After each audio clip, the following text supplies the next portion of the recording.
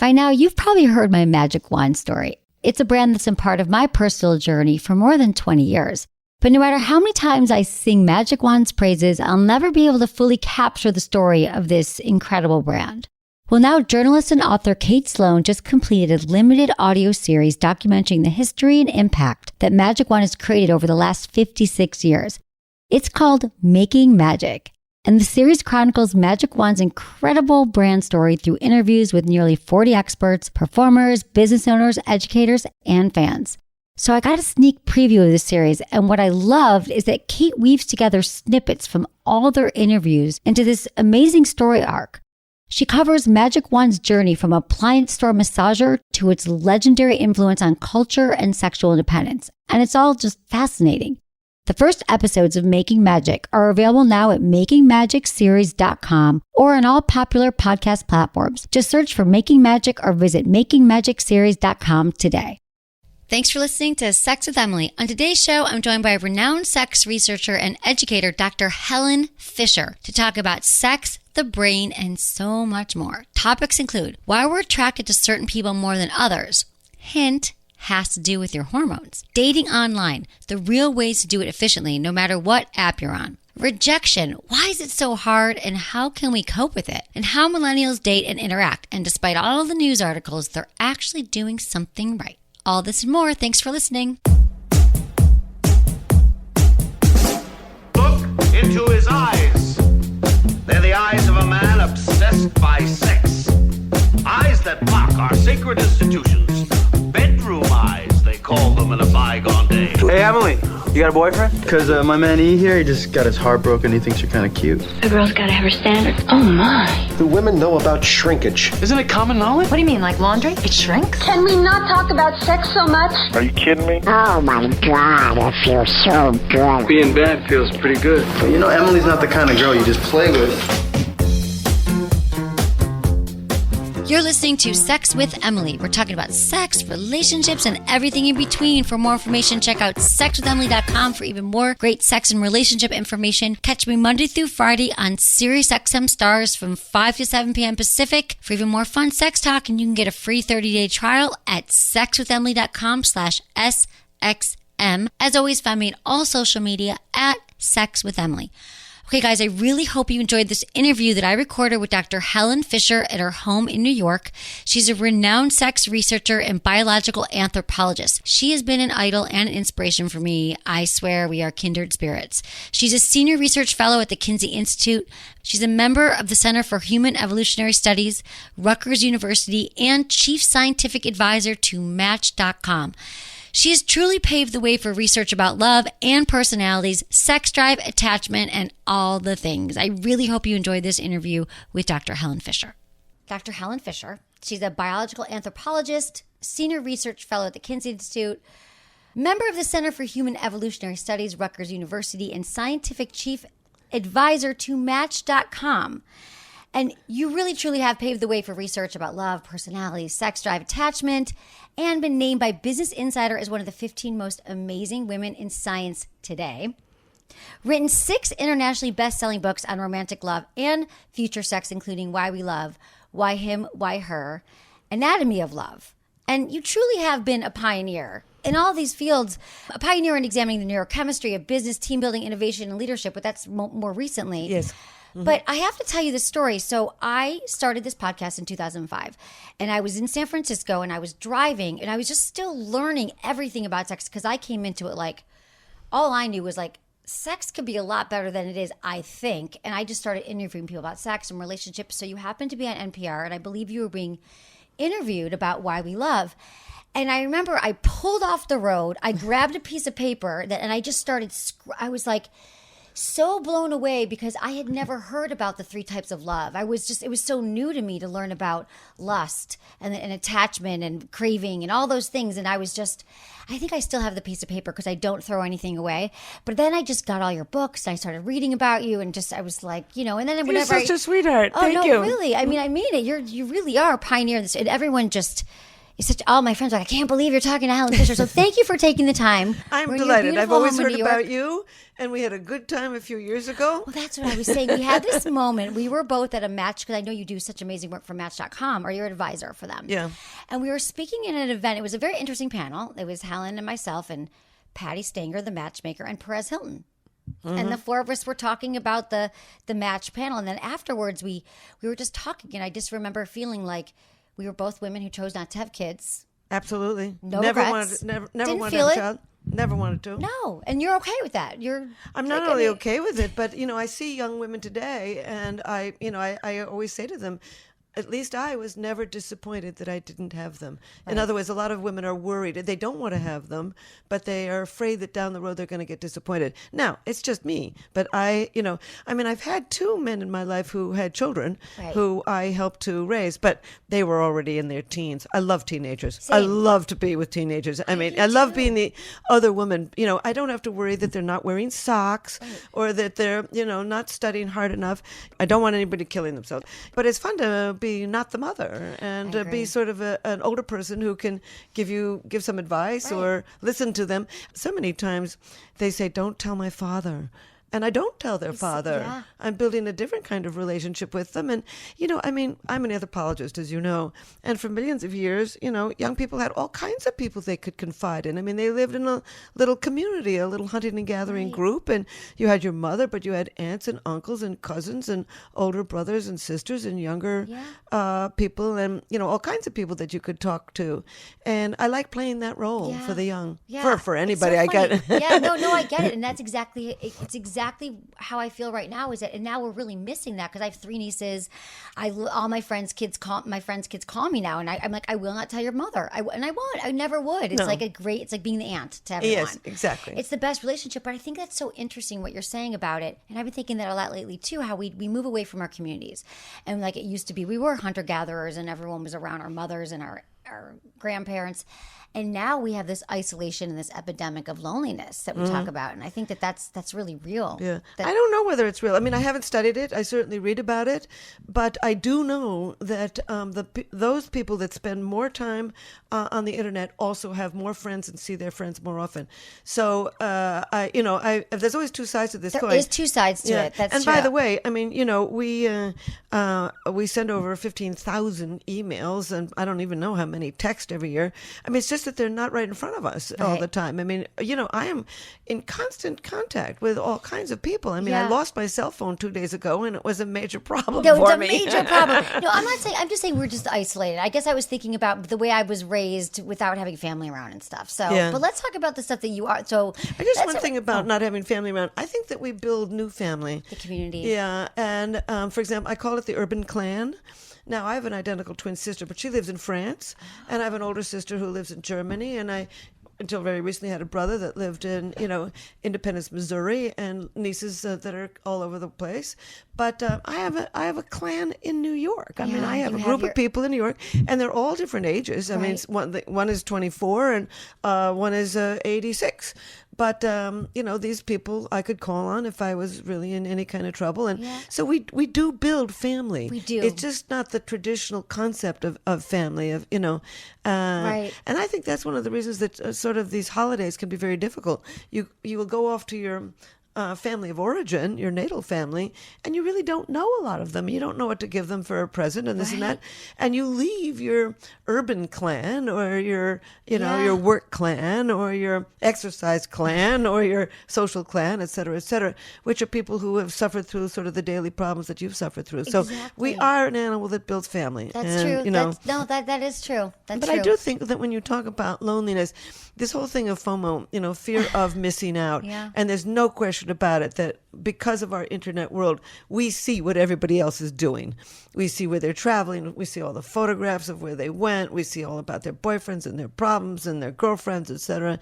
And I do think that maybe that's what they're, saying when they're talking about loneliness. We're seeing a lot less murder among the young, but a lot more suicide, and that probably is from loneliness. Yeah, I wasn't even talking about loneliness. I just, you know what it is? I've just been thinking a lot lately about family and attachment, and just thinking about that it was so much, maybe it was a little easier than we had everyone around us. And now you're right, we are rebuilding it again. We are building it, and Well, the nice thing about it is that we can build what we want. Yeah, exactly. We can choose our family, because let's be honest, we moved away from our families for a reason. Can we talk, right? Okay, so let's talk. Hi, Mom. Love you, mean it, but you're in Michigan, and that's cool. So when I pulled off the side of the road, when I was listening to her, but it was the first time can we just talk about, to break that down to my listeners, like the 3 basics of love? And I know you've talked about this for years, and then we're going to build upon this, but the lust, romantic attraction, attachment. Yeah, I was walking actually in a park in New York City several years ago, and it suddenly occurred to me, I wonder if we've evolved 3 distinctly different brain systems for mating and reproduction. One is the sex drive, second is feelings of intense romantic love, and the third is feelings of deep attachment. And that all kinds of love, is some combination of those 3. Now, you are not going to be in love with your mother. You can just feel deeply attached to your mother. You're not going to want to have sex with your mother, et cetera, et cetera. So there's going to be all different kinds of combinations that we make. But I think that these 3 basic brain systems evolved, and they evolved for different reasons. I think the sex drive evolved to get you out there looking for a whole range of partners. You can have sex with somebody you're not in love with. I think romantic love evolved to enable you to focus your mating energy on just one at a time and start the mating process. And I think this feelings of deep attachment evolved to enable you to stick with this person at least long enough to raise a child together as a team. So these things do different jobs. We feel attachment to all kinds of people. What's interesting is when I looked into the brain, romantic love can be triggered instantly. It's like a brain system like the fear system. You can be scared instantly, and you can fall in love like instantly. Like the love at first sight. Right. But isn't it more lust at first sight? I think it's often love at first sight. I do all these studies with Match. Yes, I know. Let's talk about all your studies. And one of the questions was, do you believe in love at first sight? Not sex at first sight or lust at first sight, but love at first sight. And over 50% of both men and women said yes. And when I asked the question, has it ever happened to you? I think it's something like 40% of men had said yes, and I think 29% of women, or 30% of women had said yes. But you have to be ready for it. As you grow up, you evolve what I call a love map, an unconscious list of what you're looking for in a partner. And then suddenly the time is right, you're ready to fall in love, and you see somebody who fits within that love map, even somewhat, and they smile at you and they laugh with you, or they crack a joke, and instantly you can trigger that brain circuitry for romantic love and fall madly in love. Not just lust, but in love. And these 3 brain systems, a lot of people get them mixed up. They feel that lust comes first, and then romantic love, and then feelings of attachment. But these are brain systems. They can operate in any combination. You have some wonderful friend at school or at work, and it's just a nice attachment, and you feel deeply attached. And then suddenly you're free, they're free, and boom, you can feel romantic love. Then you can feel the sex drive. Or you can fall in love first, and then suddenly once you fall in love with somebody, everything becomes sexual about them. What if you get stuck, though, in one of these phases? What if you're only in the lust phase? Aren't there people who can't move on or can't attach? Right. I think that different times of life, we're looking for different kinds of things. I know a guy right now who just really wants to sleep around. That's what he wants really to do. Does, he just really he does not want any kind of attachment. He had a long attachment to somebody, and he's done with that for the moment. Well, he'll probably get back to it. We'll see. And then there's some people, I call them romance junkies, and they need that thrill, that dopamine high, the elation, the giddiness, the euphoria, the romance. And so as that begins to settle down a bit into a deep attachment, then they'll feel claustrophobic and want to move on. And then there's people, I call them attachment junkies, that can't leave a bad partnership because they're stuck. They have that sense of attachment even if it's quite abusive. So actually I think that all 3 of these brain systems can be perfectly wonderful, and all of them can be perfectly horrible. I think you can have a real sex addiction, a real romance addiction, or a real attachment addiction. But when they're working well, and when you've found all 3 in the same person, that's a beautiful addiction. It is, right, exactly. How is this a change? This was huge research that you did. It's made a huge impact. And what do you see has been one of the biggest impacts it's had on the way people think about love and attachment, or at least what could people learn from this now? How could they learn about themselves and the way they date and the way they love? I think my recent research is probably the most important for that. It's on personality. Oh yeah, I think you really learn about. It's nice to know about these three brain systems. Right. It's nice to know what's happening to you. Right. And it's nice to think a little bit clearly about it, and stay away from things that don't work. I mean, I said it to a man last night. I was at this gala, and he said, "Well, so and so," and he broke up, and I said, "Well, stay broken up. She's not the right person for you." You could just tell. I've known their saga for several months, and there's just too much drama. Right. And they're both wonderful people, but they're not right for each other right now, and maybe they never will be. So it's timing, so your person. I love we took the personality quiz. Oh, you did? Oh, how yes. wonderful! I bet you're just like me. I don't know what I'm. Dopamine. Well, estrogen. Explorer. Yeah, explorer, negotiator. Yeah. Explore, negotiate, absolutely, yes. And I'm like, of course. And I knew without even just reading the dopamine. I'm like, yes, I am dopamine. Yeah. So, let's talk about the personality because not everybody knows this. We can send them to your quiz as well. We'll put this in the show notes so people can take your quiz. So let's just talk about the research you did on 11 personality types for a second. So, and then we'll break it down to that we're the same. Match.com came to me in 2005 and said, why do you fall in love with one person rather than another? And I said, I don't know. I mean, nobody knows. I mean, we do tend to fall in love with people from the same socioeconomic background, same general level of intelligence, same general level of good looks, educational level, same religious and social and economic goals, reproductive goals. But you can walk into a room and everybody's from your background and same level of intelligence and good looks and education. And you don't fall in love with all of them. All the time. So, my mom's all like, the come time. back to Michigan. I got a nice guy for you. I'm like, no, not interested. Right. Where in Michigan, out of curiosity? Bloomfield Hills. Okay. Yeah, I only know Ann Arbor, but I went to school there, but it's okay. Yeah, Great school. Great, yeah. But I began to think to myself, okay, maybe basic chemistry draws you naturally towards one person rather than another. I mean, people will say, well, we have chemistry, or we don't have chemistry. I always want to know what that means. But so what does that mean? What does it mean, Helen Fisher? So, Emily, you're so cute. Well, you're the one who studied. Really, you're the one. Like everyone's like. Well, so anyway, what I did is I went through the last 40 years of biological literature looking for any trait at all linked with any biological system. And there's a lot of systems in the brain, but most of them keep the eyes blinking or the heart beating. They're not linked with personality traits. But these four are the dopamine, serotonin, testosterone, and estrogen systems. So I listed the traits of each one of these basic brain systems and made a questionnaire for Match to see to what degree you express the traits in the dopamine, serotonin, testosterone, and estrogen system. Over 14 million people have now taken that questionnaire. 14 million and two. Yeah. That's very cute. Yeah. And in 40 countries. And 14 million is quite... People love questionnaires. They really do. They love questionnaires. Back in Cosmo in the day, right? We all love the quizzes, but now and it's because this one is the only one on Earth that is built on basic brain circuitry. No. I mean, I know that's bragging, but the bottom line is... you brag. Helen Fisher doesn't brag enough.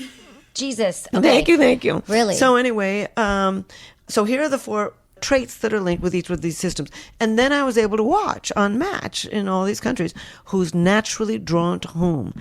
And that's where I had suddenly slipped into Mother Nature's kitchen and begun to figure out why him, why her, why you fall in love with one person rather than another. But anyway, why him, why her, which is also, if you guys are interested in this at all and you want more, it is your book, Why Him, Why Her. Yeah, and the questionnaire is in that. The questionnaire, and in much more detail, and how to get along with these people. But anyway, people who are very expressive of the dopamine system I call explorers. Emily, you're one. Yes. I'm one. Risk-taking, novelty-seeking, curious, creative, spontaneous, energetic, mentally flexible, and idea generation. These are the people who come up with out-of-the-box ideas, and they're drawn to people like themselves.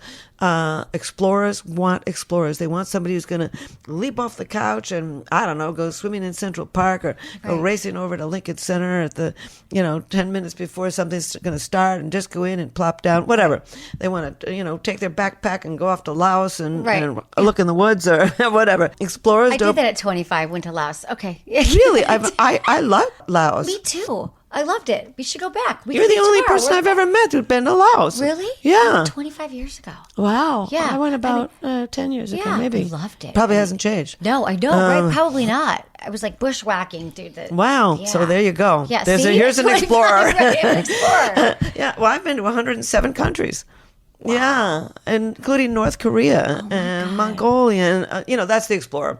Anyway, the bottom line is the high serotonin. I call these people builders. They are they like the familiar. They're traditional, conventional. They follow the rules. They respect authority. They think concretely instead of theoretically. They like schedules and plans. They tend to be quite social.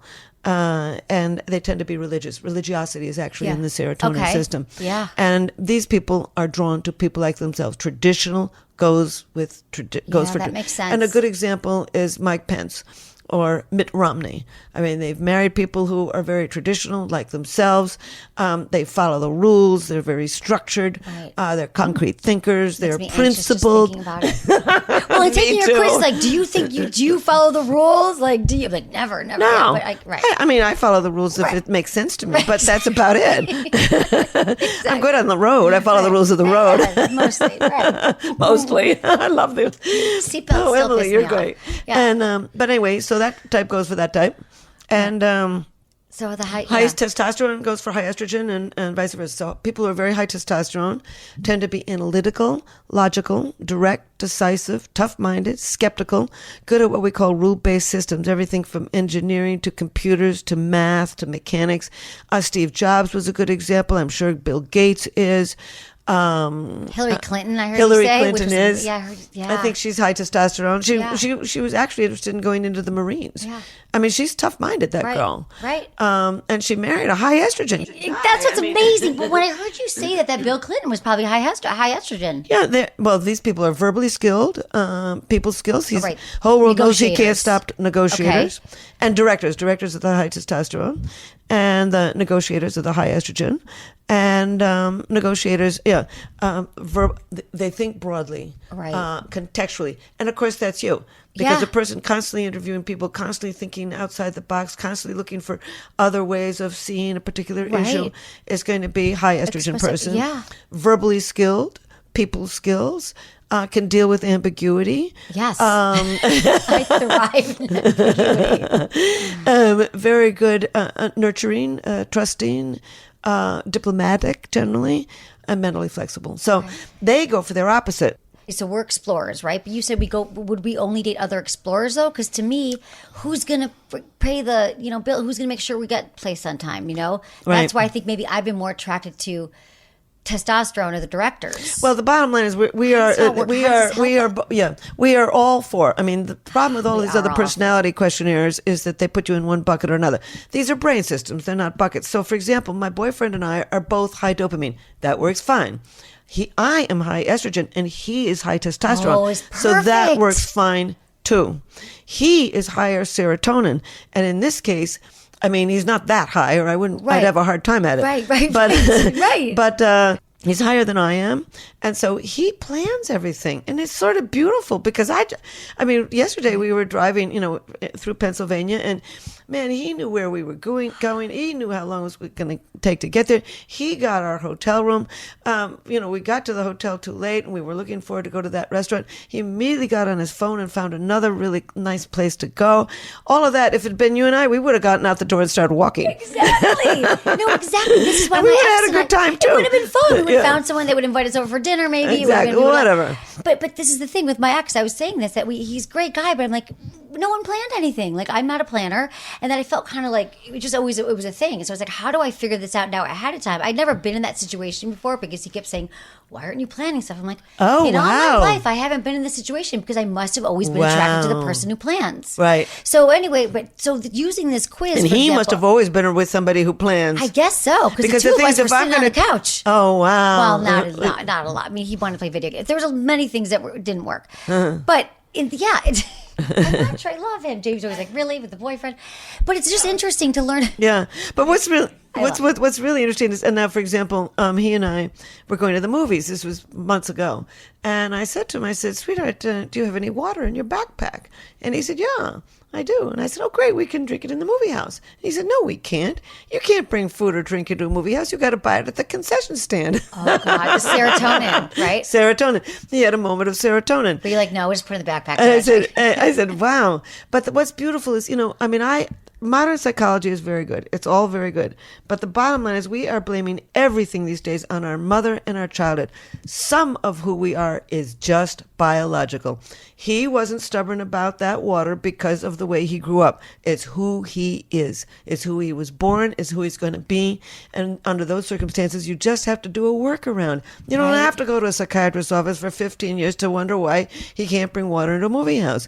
It's just who he is. And then I said, oh, okay, we buy the water at the, at the concession stand. So the bottom line is, psychology has added a great deal about who we are and how to get along and et cetera. And it's all good. John Gottman is a brilliant man. Yeah. About don't show contempt, don't threaten divorce, listen actively. All very good. But the bottom line is get to know who the person also is biologically. And you can make a good relationship. Now, for example, my man, he has these crazy, wonderful ideas. I love them. Right. Right. And somebody else would be very impatient with all this, but it works perfectly for me. And it's who he is. He's not going to change. Right. And people don't change either. No, they don't. We can adapt. If they want to. But, could I ever make you uncurious? I don't think so. Could I ever make you, if you and I went to Laos together, we'd plan a little bit. We'd figure out where we were staying. Right. But we wouldn't have a plan for what we're going to do every day for 3 weeks. No. We would not do that. It would make me anxious. I'd be like, I'm already going to cancel day 3. But then exactly. We'd bring a little guidebook and we'd get, at breakfast, we'd figure out what we were doing. Are we going to travel together, morning. Helen? I feel like we need to do something together. But no, you're right. It's going back to this for a second. And I've had a lot of therapy, and I've also had a lot of different kinds of therapy. But I thought it was useful. I know what you're saying, because you can spend too much time talking about your childhood, because eventually you do have to just be like, understand where you came from, and then move on from there. But what about, can we go into attachment styles a little bit? Because isn't it important to kind of know why you attach, or anxious absolutely. avoidant and things about that? I've just learned. I'm constantly learning more about that too. So am I. I'm really learning about that personally. Fascinated by it. Because and happens before you're 4 years old, and then how do you know if your mom wasn't looking into your eyes like you're everything to her? What if she kept leaving the room and then you feel not loved, or if you had abuse, or I think so. All of that's very worthwhile, and there's no question about it. What I'm trying to do is add the second half of the puzzle. A huge number of other people are adding that half of the puzzle. Your childhood, the traumas, who you are, how you expect the world to behave around you, what you're looking for in a partner. All of that is, I think, extremely valuable. But there's a second half of this puzzle, which is who you're built to be. Yeah. And a good 40 to 60% of who you are does come out of your biology. Some people they're homebodies. They're going to keep being homebodies unless they don't want to be a homebody. And then they marry somebody who wants to go out all the time, and there may be some friction in it. But I think you just have to know not only who you are, but who your partner and your friends are. So now, for example, I've got a girlfriend who's very high testosterone. I'm very high estrogen. So I just don't do conflict. I just don't do conflict. I can't cope with it. I just don't do it. So one day recently, I met her for lunch, and I walked in and she said, "Helen, where'd you get that purse?" And I said, "Well, I bought it in the street." And she said, It looks cheap." I have friends like that. And I said, "Marie." And she said, "Helen, I'm just trying to be honest with you. I'm trying to be helpful." But the high estrogen type takes it as an attack. Yeah. Yes. And when you understand that she's trying to be, I'm glad she said that. Right. But I guess I'll and one of the away. problems with the very high testosterone is that I don't fight back. Right. And then one time I did fight back, and I said, and when I fight back, it's perfectly fine with the high testosterone. They're used to that. Right. But then I go home and I say, why did I say that? Oh, I feel like such a heel. Right. Oh, I felt so aggressive. Same. Well, and so, it's hard it's hard to be somebody that you really are not. No, we so can true. act out of character. It's just tiring. And in my case, it can just be, very socially anxious, makes me socially anxious. Same. It's so funny. I'm totally conflict avoidant, and I guess, and I love what you're saying, because a whole 16 light bulbs went off, because in a way it's like I have friends like that too, and I kind of like it with no, Emily, you're not where. My friend came over, she must be high testosterone. She cleaned out my whole closet. She was helping me because I was too much stuff and clutter. And she's like, this is cheap. You can't wear it again. And I was like, great. Like didn't make me upset because I'm trying to get rid of stuff, but and I appreciate her directness. And she literally was like, no, these are done. Get rid of this. And we need people like that in our lives. But it's just funny thinking about the people we're attracted to, I mean, even as friends. But yeah, conflict. I've been like that forever. It would be hard to travel with somebody like that for me. Oh, yes. Oh, no, but you're right. I know what you're saying. As long as you can appreciate her and she can appreciate you. Does she appreciate your? She does. Well, that's important. Yes, we love because each other. I've got friends who just think I'm weak because I'm sweet and I'm pleasant and I'm accommodating and I'm trying to level the playing field, and they take that as weakness. Wow. Do they tell you? But when you're they treat me that way. Oh, but then don't you feel like that you don't want to be around those friends? Yeah, then? it's not long because it's too tiring. It is exhausting. It's exhausting. exhausting. Friends who are just draining, the ones that are draining. I think you learn this as you get older. You start to shed. And I've been working. There was Jamie who's sitting here. She's my millennial producer who I love. 26. She's 26. I love millennials. We have to talk about millennials. We're going to get into millennials. Good. Yeah, obsessed. But it's like I'm like, no, this happens in life. Like her friends from high school. Sometimes I'm like, I don't know if they serve you, and it's okay to change and grow and shed. But as you get older, well, you just women feel it. spend. I can't even deal anymore if it's conflict. Yeah. Every time you call me, I'm anxious. I see the phone call. It's going to be stressful. No. Yeah. Well, I mean, women hold on to their friends, particularly the high estrogen type. Right. They're going to hold on to their, because they feel obliged. Mm-hmm. And I think women drain on you. I think women do an awful lot of things that they don't feel like doing. Right. Well, it's true, but I guess as you learn that you don't have to do them anymore. But I guess if it's part of who you are, I don't know. I haven't learned. No, I'll always be a good friend, and I'm a pleaser too. Yeah, I guess you're making me feel like it's okay. I'm a pleaser. Yeah, me too. I'm horrible pleaser. Horrible pleaser. Overpleased. Like overpleased. Yeah. Placater. Thank you. Yeah. My friend finally said to me last week. She said, "Thank you." You just said thank you so much. I'm like, I'm so appreciative though. She goes, but after a while, it's diminishing returns. Like you could just say thank you once. And I was like, that's interesting. I was like, see, because if you said thank you all the time with me, I'd get it. Right. I'm like, oh my God. Literally, I'm so grateful now to be sitting here. I mean, I mean it though. Yeah. I know. Same with me. So who knows? No, I get it. Raised, but I mean, if it was you and me, it was so funny. I was doing this years ago. I was doing this photography thing with the photographer, and it was a woman, and it was me. And we would get out of sync. So I would be moving when she was clicking, and I would say, "Oh, I'm sorry." And she'd say, "Oh, I'm sorry." And I'd say, "Oh, I'm sorry." And she'd say, "Oh, I'm sorry." And I'd say, "Oh, I'm sorry." And finally, the guy who was her crew said, "Why are the two of you constantly so sorry?" And I just said, "We get it. Just don't bother us. We're sorry." We're speaking each other's language. Right. All right, guys, we're going to take a quick break. And after this, more with Dr. Helen Fisher.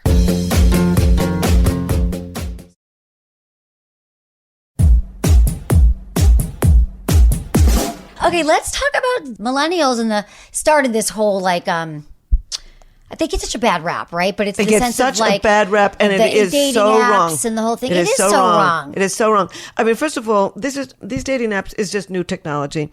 You have to learn how to use it. The only real algorithm is your own brain. You got to get out and meet the person. And these dating apps, they're not, as I say this at Match, and they know it, and everybody else does too. These are not dating sites. They're not dating apps. They're introducing apps. They're introducing sites.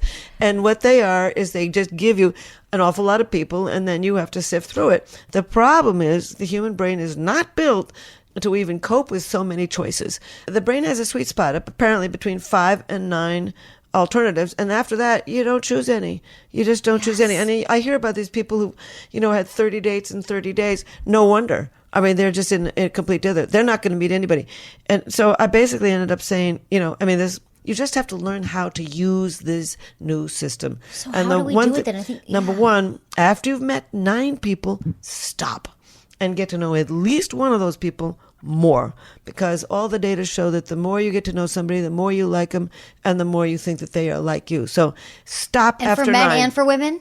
Oh, yes, definitely for men and for women. Okay. Men fall in love faster than women do. Men fall in love more often than women do. Men are 2.5 times more likely to kill themselves when a relationship is over. It's exactly the same brain circuitry in men as women, but men just fall faster because they're so visual. Yeah. So there's 2 things. A, stop after you've met 9 people and get to know one of them better.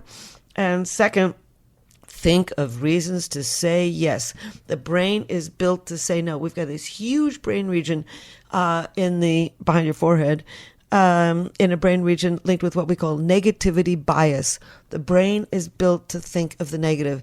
For example, let's say we all go to a party and everybody says, "Oh, Emily, you look so great," and this and that. And then somebody says, Emily, have you lost too much weight? What are you going to remember? Just that. Yeah, like, why is she talking about my weight? Yeah. I'm too skinny? Right. So, That's just because for survival techniques? Yes, Right. absolutely. But, I mean, for millions of years, it was adaptive to remember who did not like you. Right. And it's good to know who does like you. But if you forget who doesn't like you, you could be dead. So we remember the negative. And so when you go out with somebody, on the first date, think of reasons to say yes. Overlook the fact that he's got brown shoes instead of black shoes, that he's wearing a T-shirt instead of a tie, whatever. I mean, if it's really obvious, then you got to get rid of it. You're absolutely right. We're so picky. When people say they're so picky, then you're not going to get you anywhere. Yeah, and women are pickier than men are for good Darwinian evolutionary reasons. Right. I mean, we're going to bear that baby, and that's going to be dangerous. The baby comes out in black shoes, and then we're in trouble. But what about this whole thing about men decide who they're going to sleep with in 42 minutes or less, or on a date, or in 5 women seconds can decide less. within 3 minutes. Too, right? Absolutely. But what if we decided that? But you're saying even then go out with them for a second time, even if we're not sure or we don't think we would, we might decide that we want to. Well, it's perfectly. I mean, if they're 40 years older and speak with a dreadful accent and don't have any teeth, I mean, you go split. But if it's a maybe, go out again. Absolutely. Okay, that's. And one thing that's interesting about first of all, I'm crazy about millennials. I am really impressed with millennials. And you are so right. They get such a bad rap. These people are ambitious. Yes. They're ambitious. And what's interesting is, people say, oh, they're living at home. 2/3 of people in their 20s are living at home. Yes, they are. But it's because they're saving their money and they're building their career. It's not because they're lazy and don't want to leave the basement. Right. They are just ambitious. And they're being very careful about who they sleep with, actually. I mean, this whole big thing is, millennials are not having any sex. One of the reasons they're having less sex is they're living at home. You can't cart somebody in all the time at your parents' house. Right. But they are using what I regard as the sex interview. In one study I did with Match, 36% of singles had sex with somebody before the first date. And older people get all pushed out of shape about that.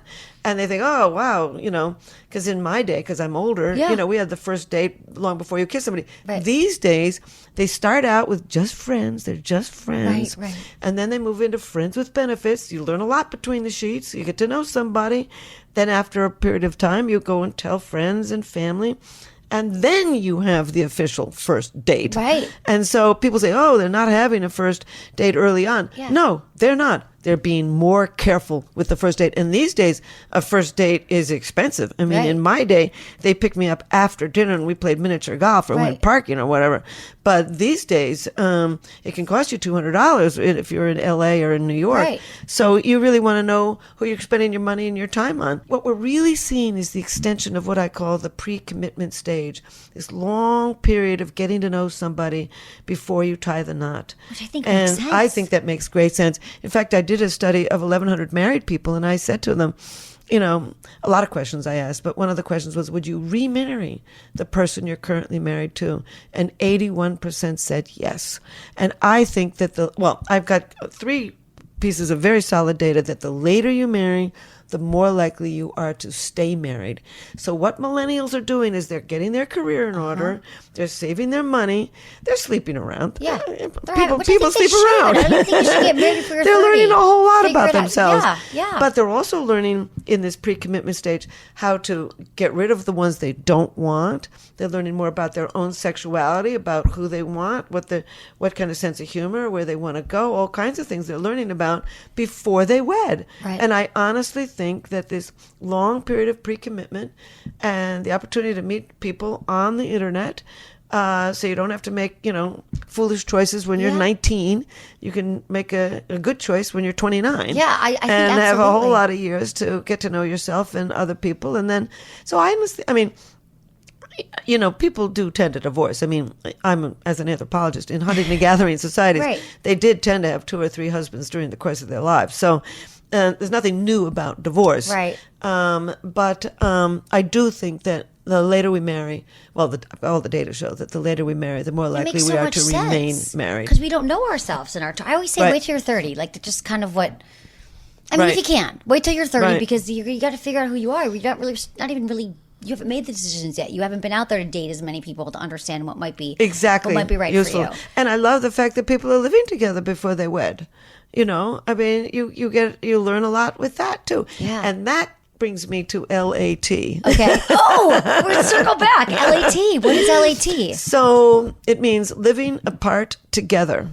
And I think it's largely for people who are not going to have children or don't want to have children now. Okay. And for example, my boyfriend came to me and he said, he said, I want 2 or 3 nights. His son went off to college, and so now we could spend a good deal of time together. And the first thing he said to me is, he said, Helen, I want 2 or 3 nights to myself every week. Well, the first thing I did is I put my hand behind my back and I pulled it out. I said, what do you really want? You want 4? You want 7? Right. I said, are we breaking up? Yeah. He said, no, 2 to 3 nights a week. It's perfect for me. I have all these girlfriends. Yes, I have all these things same. I want to do at night. Sometimes I just want to go to sleep and read a book. You don't want to have to be in bed with someone all the time. I understand that. And so, That's and of course, perfect. I mean, what we're probably doing is sustaining this in this romantic tradition. But we're both older, Right. Why not? It makes so And, much sense. You have your life set. You're set in your ways. yeah. And he has his house and I have mine, and he'll be here tonight. He was not here last night, Right. which was perfectly fine. You look forward to seeing him. You're not picking up his socks. He's not picking up yours. Like it's Exactly. just, I think that he has his kitchen. He's got contents of his icebox or fridge, Yeah. and I mine. And what I really like about today is that we have alternatives. Yes. You can marry later. Women can have careers. You can get rid of things that don't work in order to make something that does work. Some of these people are polyamorous. Well, that's not for me. I couldn't do that. But Right. it's not a matter of morality. I don't have the personality for it. Right. I'd be too jealous. I don't want to share them.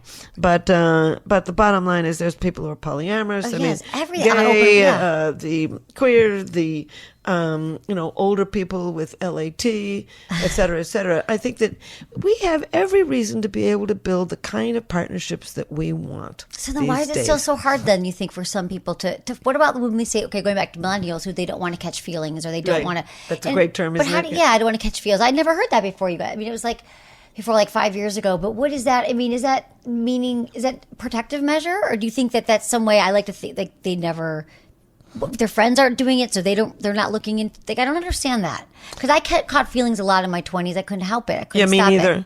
Yeah, no, So- I think they can't either. But they I don't think want to they get don't know that committed. They Right. don't want to get into that long-term commitment. Another thing that you just said is you had never heard that term, catching feelings. The millennials are adding all these words I know. to our vocabulary I know. that I really, really like. I mean, even this thing, define the relationship, Oh, DTR. yeah. Now, in my day, you went out with somebody maybe for months, if not years, and you really had no idea if they were going to ask you to marry. I mean, Right. nothing was You'd be waiting. defined. Is there a ring in his pocket? And Whatever. now it's defined.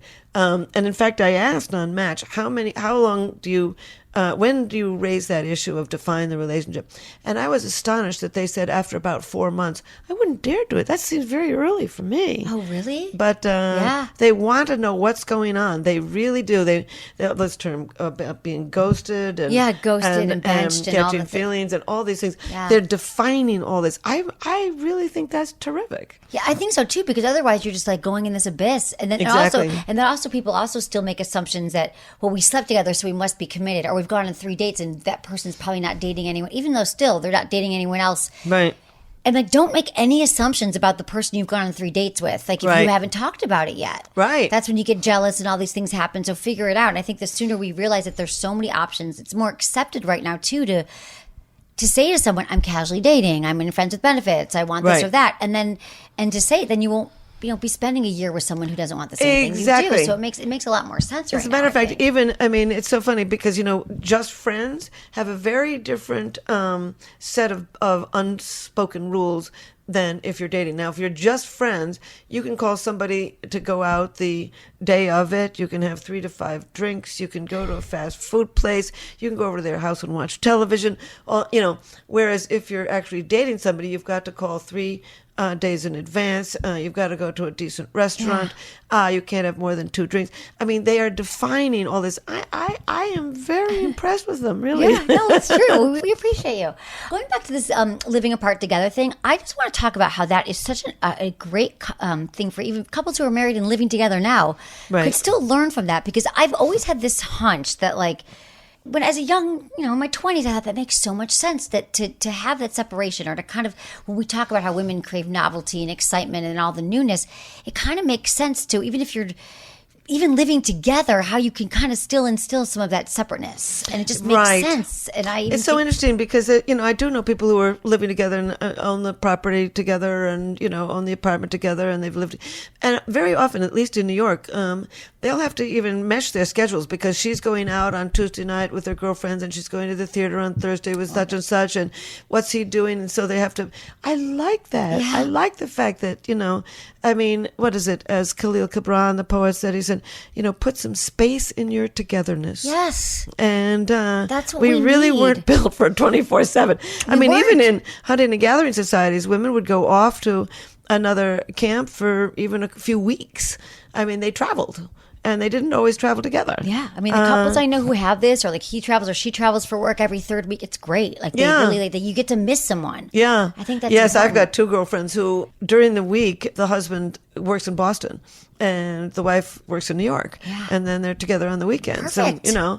It's like long distance, but they come. Yeah, I mean, I think that's. I think it's nice in the beginning. I don't know. I mean, but with kids, it makes it a little more challenging. Right. Like, we're talking like Right. when you have kids, it can be a lot. Well, so harder. it's so interesting because I was talking to a man who was recently married and has I think a child who's now something like 10 months old. And I talked to him about LAT, living apart together, and he said, "Oh, if I could have just one night every 2 weeks, just to myself." I said, I wouldn't go out with other women. I just one night in a hotel room.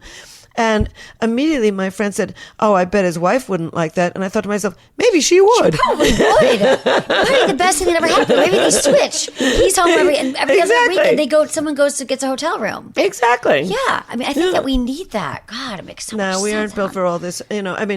But the nice thing about these days is we can do that. I mean, you just have to be honest about it and work it out and build it together. And that's why my man was so great. I mean, I wouldn't have dared to say that. But we wouldn't have said that because it would have been like, right. Yeah, because but he needed the order at the serotonin. Yes, I never thought of that, Emily, till this second. Yeah. He needed the structure He needs of to it. understand. Well like, is it done. Oh my God! Yeah, no, I'm upset. All your strategies I not even make thought sense. of that. But he also had a lot of therapy because of very bad partnership in his past. I had chalked it up to the bad partnership, but I think that you're right. He needed the structure. Like Tuesday nights, which night are you coming? Yeah. There you go. Thank you. It has Thank nothing you, to do with the better. Oh my God! Whatever I can do. Okay, let's talk about orgasms, oxytocin, and attachment. So how orgasms bond us. Because I always say that on the show, but I feel like I've heard you talk about it in a way that how it's just important to just touch in other ways, and just the importance of that, Right. bonding and attachment. I mean, sex is good for you. It's good for you in many ways, and you can say all those ways better than I can. I mean, it's good for the skin, it's good for the lungs, it's good for the bladder, it's good for the sense of humor. I mean, it's just good for you if you're with the right person. And in fact, any touching of the genitals drives up the dopamine system and can help you feel feelings of intense romantic love for the person. But with orgasm, there's a real flood of oxytocin and vasopressin. And those brain chemicals are linked with feelings of deep attachment to somebody. So orgasm is good. And in fact, when I asked Match, I do this annual study with Match called Singles in America. We do not poll the Match members. We poll the American public. So it's a representative sample of Americans based on the U.S. Census. And almost 70% of women do not regard it as good sex unless they have an orgasm.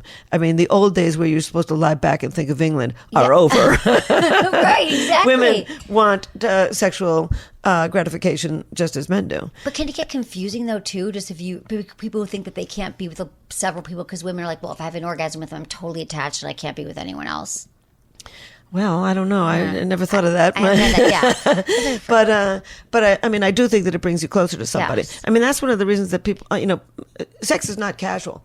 Unless you're so drunk that you can't remember it, it's not casual. Right. I mean, things happen. You learn a great deal about a person. I mean, you learn, not only size and shape and motion, but whether they're kind, whether they can listen, whether they can accommodate, whether they want to please, whether they do have a sense of humor, whether they're, et cetera, et cetera. So you learn a lot between the sheets. Yeah. And I do think that once you get into bed with somebody,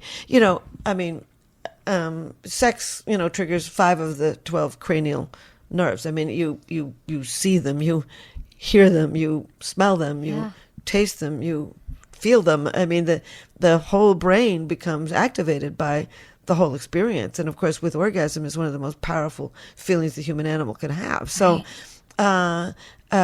it's good to have a partner that you like in bed. And, I mean, it's not the only part of a relationship that you can certainly have right. Just to remind couples that like the touch is important too, just touching and orgasm. Absolutely. If you're not having couples like, oh, we don't need any more sex. So usually there's one person that says that, but you do. You have to continue to connect or figure out a way to do it. I mean, you're a sex therapist, but I would think that, I mean, I've always heard from sex therapists that that's one of the biggest problems when one individual wants more that's than the the biggest other. problem here. Right. Yeah. And, I'm not a therapist, but if I was with somebody, I would be tempted to say, listen, this is an important part of a relationship. Yeah. If you're not interested, maybe you should try taking some testosterone. That's been amazing. The supplements. Or understand that this is a meaningful part for this other person, and that you should try to accommodate. And the more sex you have, the more you want. The less you have, the less you want. Right. But we forget after time, like we haven't had an orgasm for a while. Right. So no, and it's very good for the body and the mind. So I mean, that's a very important. Now, I mean, there's some people who aren't terribly interested in sex, and they marry somebody who's also not terribly interested in sex, and that's fine. That is whatever. Probably not quite as healthy, right? But it's fine for them. I'm obsessed with your personality types now. Are you the only one who pulled about these 4 types? Yes, I'm the only one. I think everyone. I'm literally all I can think about now. I'm putting everyone into personality types and why it means certain things. It's an entirely new idea, and the business world really likes it. I'm making more and more speeches in business because, I mean, how do these different kinds of people innovate? How do they lead? How do you build a team? And is that same quiz that's on your site? The same one for businesses? I mean, we should figure that out. Yeah, because this is not about love. This is about personality. Well, right.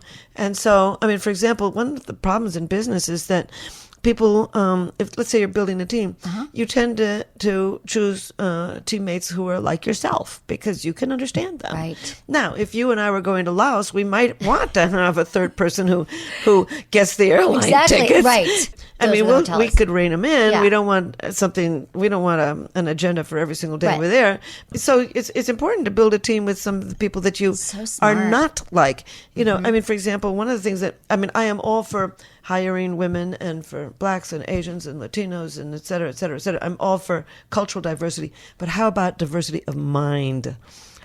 Putting some people in your team who do not think the way you do. I mean, I've started this new company called Neurocolor, and we've got a second generation personality questionnaire, and we go into businesses and we train people on understanding these 4 styles of thinking and behaving, and how to build a team, and how you want to be talked to. I don't like to be talked. I don't like it when the testosterone tells me, "Where'd you get that purse?" Yeah, I don't. Or that shirt is cheap. Get rid of it. I mean, I can do it. But it's tiring for me. I'm trying to be sweet and smile and But you might need that guy to talk to your salespeople. Exactly. But not you. Exactly. Like, you got that's so interesting because we're hiring now. I want to have a personality test. So in my personality, people can hire you now though, so they can go to your site and it's called Neurocolor. It's a company. Neurocolor. Okay. But the co-founder and his name is Dave Labno, and he's very high testosterone. I'm very high estrogen. There's a little clash there at times, but we're both very high dopamine. We need a high serotonin person. We need the builder. And there's times that we don't know what to do. And so we will call. We've got another 2 people in the company who are very high serotonin. And we call them and ask them, what would you do under this circumstance? What do you think about this? Because we are not going to see it the way a high serotonin, the builder would see it. It's very valuable to have people around who can do the things that you don't do. For example, I was once... and also get them in the right job. Yeah. I was once out at Visa, the credit card company, and everybody had taken my personality questionnaire, and I could see that there was this one woman took my personality questionnaire. She was the head of the accounting department, a big, big part of Visa. And but on my questionnaire, she was all explorer, all high dopamine. And of course, in accounting, you're a bean counter. I mean, it's high serotonin. And it's a very different kind of task. Yeah. And so I pulled her aside because I didn't want to embarrass her in front of her colleagues and everything. I said, tell me, which is more the real you, the you at work or the you outside of work? And she said, outside of work, which was my questionnaire showed. And she said, work is very tiring. And it's because she's having to fit herself into a role that she doesn't naturally play. But did she like it, or was she like, "Oh, thank you, I wanted to be"? I didn't. But it's just interesting to look at that. Yeah, the people getting yourself in wrong places, to kind of go towards where your skills are. That would be the leaders of the company, to try and put people where they will do their best, and people will do their best. And now, for example, with innovation, I mean, you are going to think outside the box and come up with a new idea. A better mousetrap. Right. Yeah, that's what you're going to do. But you want a nice high serotonin person to create the process, innovate a new process for how it's done. That's going to make you too impatient. Right. You're going to want a high tech guy to build the whatever it is. Testosterone, and then you're going to want a high estrogen, which is also you, who to sell it, to explain it, to advertise it, to et cetera, et cetera. So just getting people in the right place is very valuable. I'm so glad businesses are picking this up, and people dating. And, before you go on a sure. date, I mean, people have what about people have Myers-Briggs and stuff on their personality test, but not everyone takes it. Or not everyone gets it. It's a little more. Well, one of the things that's very hard to remember. Yeah, I am an ITP. It's very difficult to remember. It's much easier to remember explorer, builder. It's really smart. Good on you director, negotiator. So it's hard to remember, but also it puts you in buckets. And the bottom line is, you can act out of character. I can do serotonin. I mean, I pay my bills every month. I do get my schedule under control, et cetera, et cetera. But I don't feel like doing it. Right, ever. Ever. Right. And, I mean, what takes my boyfriend 2 seconds to go onto the internet to buy an airplane ticket? I'll wait days before I make the call. Yeah, days. Someone has to come sit next to me on my couch. My says, I'm like, okay, we're doing it now. I know. It's anxiety. Awful. Yeah. But that's just who I am. I'm not going to change it. No. It feels so much better. Yeah. Just embracing it. Yeah. It's so funny. And then dating and then realizing what's important to you, and then finding people who can kind of fulfill that part of you. I mean, I had one man that I've hung around with for years. I mean, we're just friends. I've probably known him for 15 years. We have gone to the same restaurant for 15 years. And he always wants to go. He's just a high serotonin guy. And I thought to myself, over these past years, he would never be a lover. I mean, he's barely been to Europe. He just likes to stay home. He likes the steady. And that's biology, truly. It's not anything about your parents raised you. It's so interesting. When my book on this came out, Why Him, Why Her, my editor for the book called me up. He had just read the first draft. And he said, Helen, I finally understand my son. Yeah. And my editor was very high explorer, dopamine, risk-taking, novelty-seeking, curious, creative, spontaneous, energetic.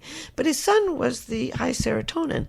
He wanted to stay home, and he was a cautious kid. He didn't want to go out on all these adventures that his father wanted to go on. And he said, I love my son, but I never understood him until now. Right. You just get it that way. Okay, that makes, but who knows if it's because of the way he raised him, or if it's because... it's because I think he's a high serotonin kid. Yeah, just how biology. It is. I mean, biology I've got... makes sense. Did you measure their brain? You measure their brains, right? Yes, I did. And that's why my questionnaire is so unusual. Right. I got all the data from looking at all the brain literature to make the questionnaire, but then I put 2 groups of people who had taken the questionnaire into the brain scanner to prove that what I was measuring with my questionnaire actually corresponded with what was in the brain. So if I were to put you into my machine, first I'd give you the questionnaire. You'd score very high on my dopamine scale, the Explorer. And then when I looked at your brain, I'd see a lot of activity in the whole dopamine pathway. I would also see activity in the brain region for empathy, because that's estrogen, and with verbal skills, because that's estrogen. So I would be able to see your brain and see, yes, that's why it's different from the Myers-Briggs and from all the other. No, I like Myers-Briggs actually is quite right in some ways, but they don't know it.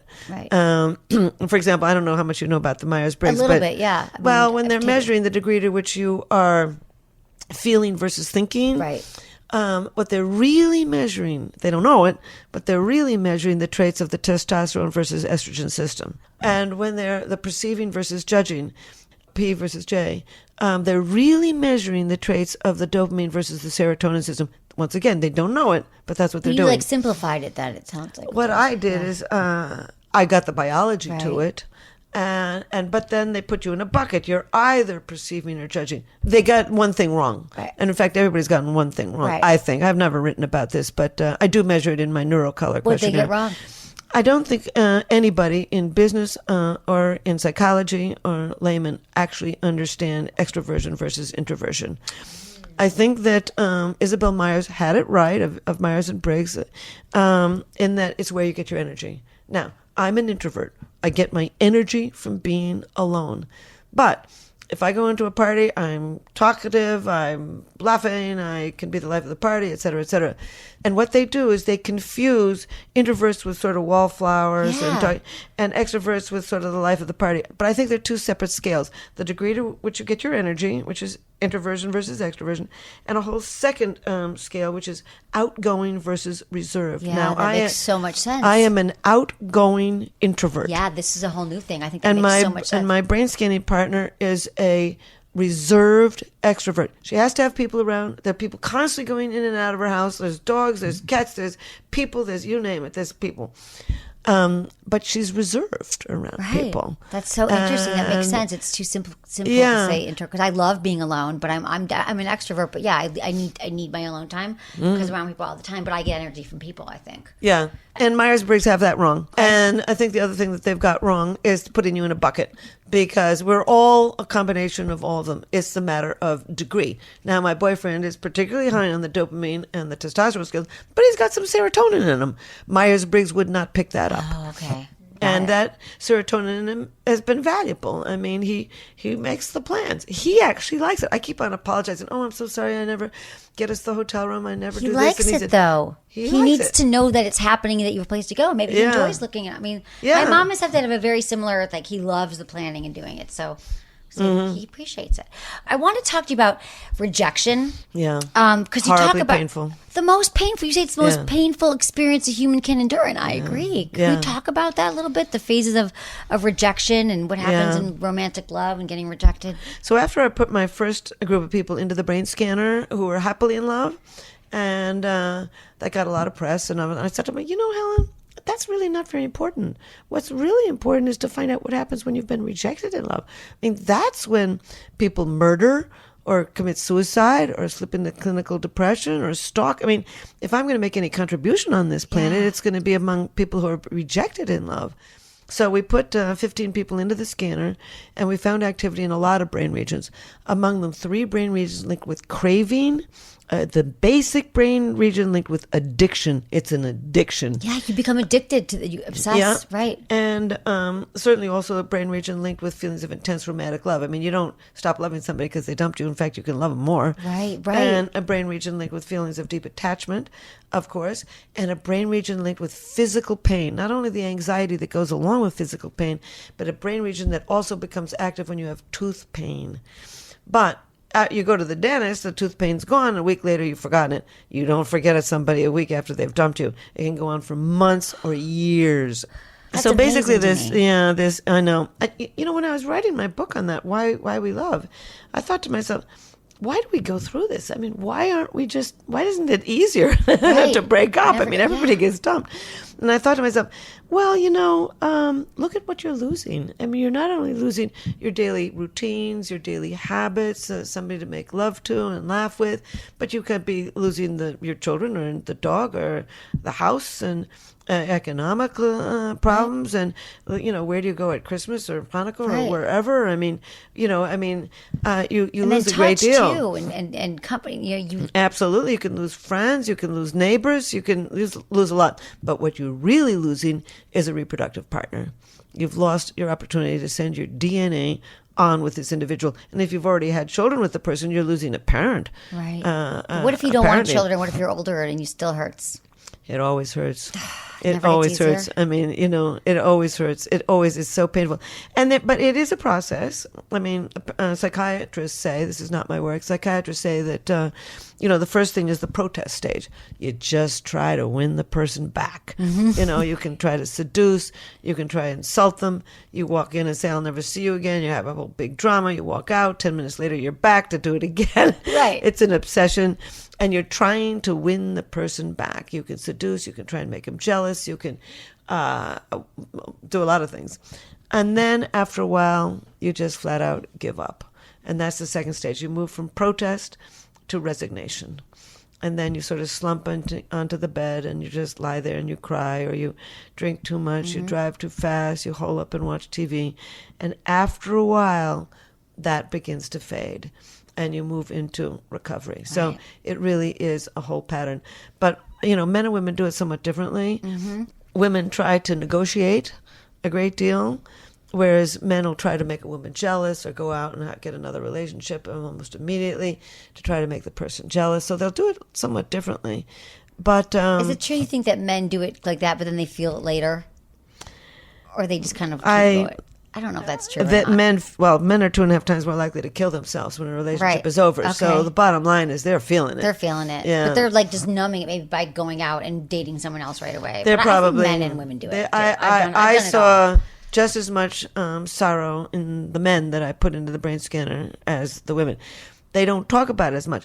Women talk about it too much. I agree. And what they're doing then is re-traumatize. I mean, you do want to talk about it to a point, but after a while, you need to stop talking about it, because every time you raise the issue again with friends and family, you're re-traumatizing yourself. You're reliving it at some point. And that happened to me once with this guy. I mean, it was ridiculous. He was constantly leaving me. And finally, I said to my girlfriends, I'm not going to talk about it anymore, because I'm just re-traumatizing myself. Right. It's so helpful, right? Yeah. And then you heal. Time does heal all wounds. Yeah. I guess that is true. But would you think we've been able to prove that, actually? These rejected people, the longer you get away from the moment of initial rejection, the less activity there is in a brain region linked with feelings of attachment. So we've been able to prove that in the brain, time does heal. But if women talk about it too much, men often don't talk about it enough. Right. And so they don't process it. And there was this one guy, you've got to sort of build a story that you can then get rid of. And there was this one guy that left me. I could not figure out why he left. I could not figure it out. And I finally said to myself, and I was never going to know because he was gone. So I finally said to myself, Helen, make it up. Just make up your story. Make up the story of why he left, or what went wrong, what you did, make it up. And so that you can, once you get a story, you can throw the story out. Wow. You can bury the story. That worked. So, you just think about it like, this is what happened. To this day, I don't know why I left, but I got my story. Because we'll never know either. Like, even because that's the thing about the apps, he probably wouldn't even tell me. Right. He just disappeared, kind of thing. Yeah. Or he'd make it up, Yeah, but we make up so many stories in our head about things too. Like, even on the apps now, we get more rejected, or we had a great date and they ghosted. Yeah. Like, you're never going to know anyway. And if you spend an hour, 2 hours with someone, and you've spent 10 days obsessing about it, doesn't matter. Right. Make a point, just move on. You got to move on from it. Got to move on. The rejection and make something up. It makes sense though why it's so hard. Make it up. Make it up. I mean, that's what I would do. I mean, I'm not a psychiatrist or therapist like you are, but if I was on the internet and I had a really wonderful date with somebody, or 2 wonderful dates with somebody, and geez, I thought it was great, and then they said to me, well, I'll call you next week, and then they never do, I would think, if you really had no idea, I don't know, just off the top of my head, I guess I would say, well, maybe his girlfriend came back. Maybe it doesn't have to do with me. It doesn't have to do with you. That's why I tell people all the time. First of all, you'll never know, but just assume it has nothing to do with you. How could it after 1 date, 2 dates anyway, or if it does, you'll never know. Yeah, never know. It's much healthier, though, not to beat yourself up and go to the negative. Exactly. Which is what we're wired to do. Right, exactly. People will say, well, love is dead. You can't kill love. It's a brain system. It evolved over 4 million years ago. It's going to be with us as long as we survive as a species. 4 million years from now, it's like the fear system or the hope system. It's a basic brain system we will always love. Well, I love that you've made your life work out of studying love. It's been so helpful for so many people, including myself. Well, thank you. Yeah, thank you. Me too. Thank you, Dr. Helen Fisher, for being here. All right, guys, thanks so much for listening to this show. I hope you enjoyed my interview and enjoyed the podcast. Thank you, everybody, for listening and for supporting the show. Thanks to my amazing team, Ken, Kristen, Michelle, producer, Jamie, and Michael. Was it good for you? Email me, feedback@sexwithemily.com.